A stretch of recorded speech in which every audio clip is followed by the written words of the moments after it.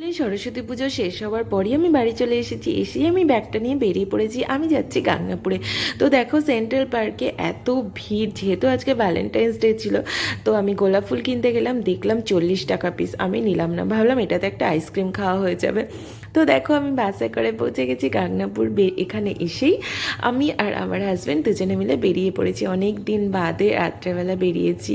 High road দিয়ে আমরা যাচ্ছিলাম, দারুণ লাগছিল। রাস্তায় দাঁড়িয়ে আমরা একটু চা খেলাম, তারপরে আমরা চলে এসেছিলাম একটা রেস্টুরেন্টে যদিও আলো কম ছিল, বাট এত সুন্দর লাগছিল, সামনে থেকে দেখতে এটা দারুণ লাগছিল। তো এখানে আমরা কিছু স্ন্যাক্স নিয়ে নিয়েছিলাম। এখানে একটু আলো কম ছিল বলে তোমাদের দেখাতে একটু প্রবলেম হচ্ছে। তো দেখো আমরা খাবার দাবার খেয়ে বেরিয়ে পড়েছি। এরপরে এখানে আমরা চলে এসেছিলাম ইতালিনো কেক শপে। তো এই কেক শপটা নতুন হয়েছে বলে আমরা ঢুকে একটু দেখলাম। তো এখান থেকে আমরা নিলাম নবদ্বীপের ক্ষীর দই আর নিলাম একটু জেলি, আর এত চকলেট ছিল, তো আমার হাজব্যান্ড আমাকে